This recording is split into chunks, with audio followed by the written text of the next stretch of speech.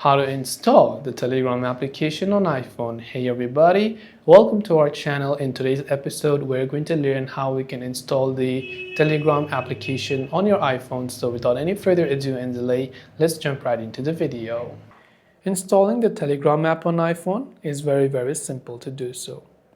To basically install a Telegram app, we have to go ahead and then first of all, open up our App Store. Once you open up our App Store in the search bar, go ahead and then search for Telegram. When you search for Telegram, you'll find the Telegram application over there, and you'll find a download button right there. Tap the download button. If you're installing for the first time, it will ask you for your Face ID. So make sure to verify your Face ID as well, and that should help you solve the problem. Hope this video helped you out. If you have got any further questions, feel free to leave them down below. Thanks for watching till the very end, and see you soon in the next video.